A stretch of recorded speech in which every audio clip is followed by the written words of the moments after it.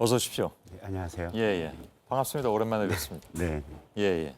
거의 한 2년 만에 뵙는 것 같은데 네, 그때도 모자를 쓰고 계셨고 지금도 모자를 쓰고 계십니다. 계속해서 탈모가 일어나고 있기 때문에. 아, 그런가요? 예. 그 대개 이제 텔레비전에 나오실 때 모자는 벗는 게 좀 좋다 네. 이렇게 얘기들 하시는데 좀 시청자 여러분께서 양해 좀 해주셔야 되겠네요. 예. 언젠가 그냥 속 편하게 벗으시죠. 네, 그때가 올 것 같습니다. 그렇습니까? 알겠습니다.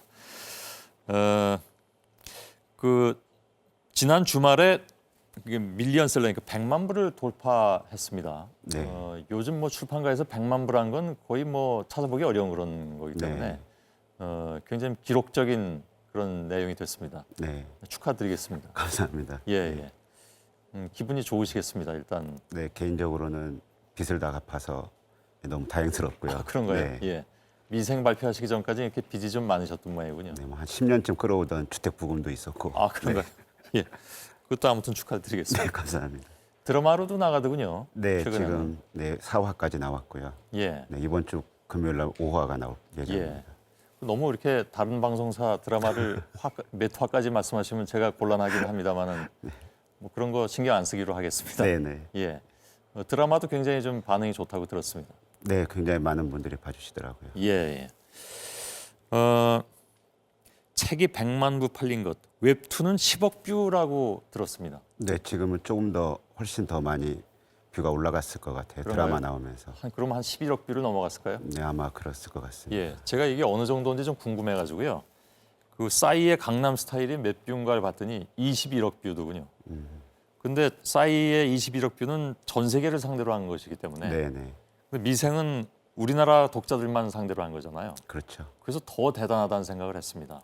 특히 지금 유료로 전환이 돼 있거든요. 예, 예. 그런데 드라마 나오면서 굉장히 지금 폭발적으로 유료 아, 그런가요? 독자도 늘어나고 있습니다. 예, 예.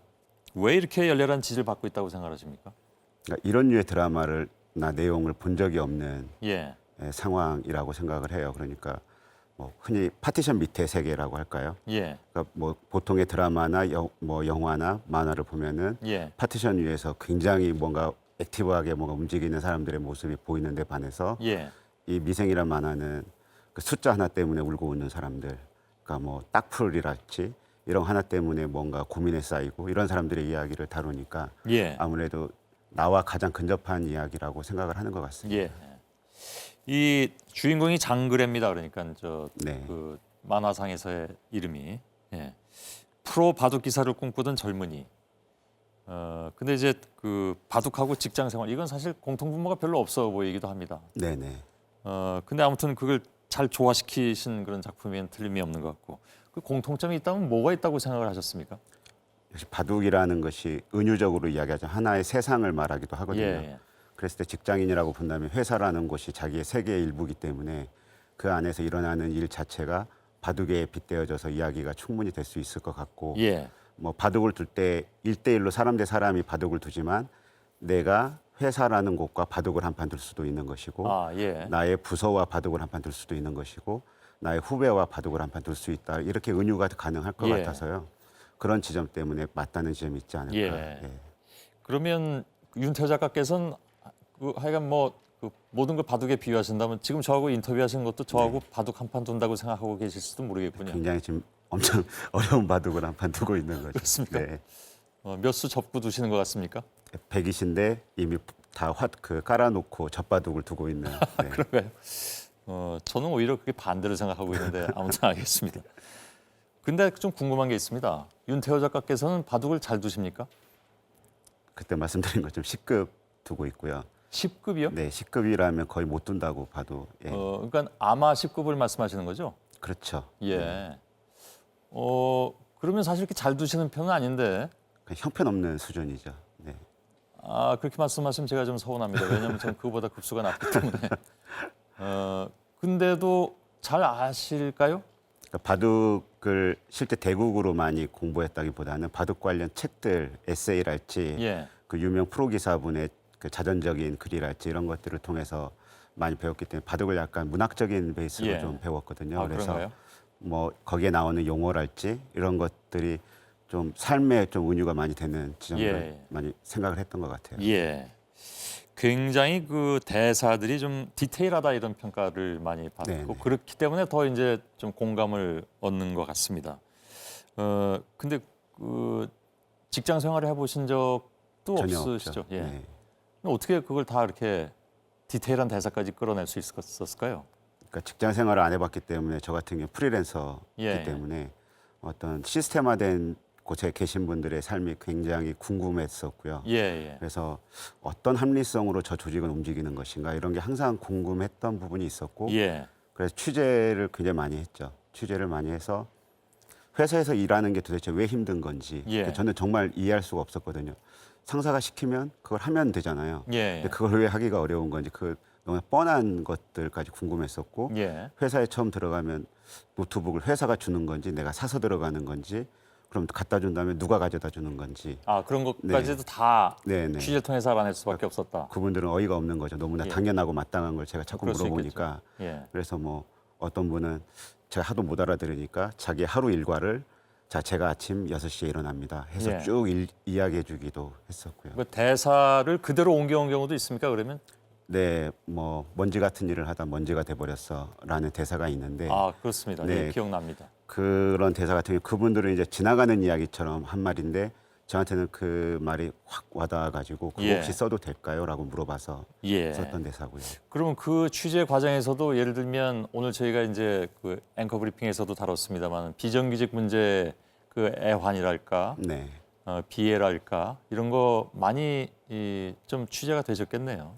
주로 그 정사원 분들하고 인터뷰를 했었기 때문에요. 예, 예. 예, 뭐 비정규직에 딱히 조금 더 뭐 인터뷰를 더 심혈을 기울였다는 부분은 좀 없고요. 예. 대신 이제 주인공 자체가 고졸이면서 낙하산으로 이 회사에 들어온 사람이기 그렇죠. 때문에 예. 이 사람은 이 회사에서 어디까지 현실적으로 버텨나갈 수가 있는가 이런 부분들을 많이 이야기를 했는데 예. 뭐 많은 독자분들이 만화상에서 장그래라는 캐릭터가 정사원이 되기를 굉장히 많이 바라셨는데 예.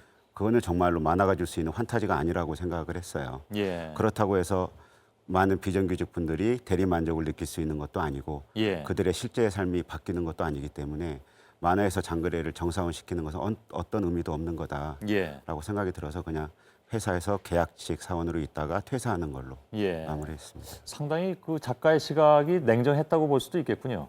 네, 그러니까 만화가 기여해야 될 낭만성은 그런 부분이 아니라고 생각을 예. 했기 때문에 매우 사실주의적 어떤 관점이랄까 네. 그렇게 봐야 될 것 같군요. 네. 근데 그 여기 보면 정말 장그래는 흔히 얘기하는 무스펙입니다. 네네. 예, 그러니까 검정고시 고졸에 네. 무스펙. 근데 어디선가 이렇게 표현을 했습니다. 미생을 갑들의 전쟁터에 던져진 까마득한 을의 고군분투. 동의하시겠군요. 그러니까 갑의 전쟁터라고 하는 건 그 고졸 장그래에게는 해당되는 말이지만 예, 사실은 대부분의 회사원들은 다 을이라고 생각이 들고요. 예, 예, 특히 우리나라 환경에서의 기업체 직장인들은 다 을이라고 생각하고 예, 을 중에서도 이제 병, 정 이렇게 가는 거겠죠. 예. 그래서 뭐 장그래라는 사람이 을이나 될까, 예, 을식이나 될까 싶은 생각입니다. 아, 예, 알겠습니다. 공감하는 바가 크네요. 저희도 관련된 그런 이른바 갑을병이라고 네, 네. 얘기하는데 보도를 지속적으로 지금 해드리고 있습니다만은 그래서 오늘 그 윤태호 작가와의 만남이 더 의미가 있는 것 같습니다. 저 강풀 작가가 그런 얘기를 했더군요. 가난에 대해서 얘기를 하면 태호 형을 따라갈 수가 없다. 제가 묘사력이 뛰어나서 예, 네, 보다 남들보다 좀 더 구체적으로 묘사하는 정도지 뭐 예, 강풀 작가도 저 못지 않더라고요. 네. 예. 근데 아까 말씀하신 것처럼 이제 뭐 100만 불을 넘기셨고 그동안 10년 동안 해결 못한 빚까지 해결하셨으니 이제는 이런 표현은 안 들어도 될 것 같네요. 그런 표현은 예, 안 듣겠죠. 예. 그 미생 이후에 다른 작품은 어떤 겁니까? 지금 연재하고 있는 작품이 파인이라고 해서 예, 그 촌뜨기들이라는 한자인데요. 예, 그 이끼라는 작품에 제가 어떤 악당을 한 명을 그려냈는데 그 악당을 좀 새로운 악당을 좀 만들어 보려고 했었어요. 예. 그래서 70년대 산업화 시대 때의 근면성실한 우리 아버지 세대의 근면성실한 악당. 그래서 꼼꼼하고 예.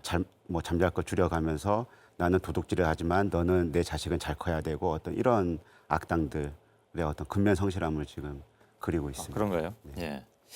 그 한 2년 전에 만나 뵀으나 지금이나 굉장히 계속 진지하게 말씀을 하시는 것 같습니다. 그때나 지금이나.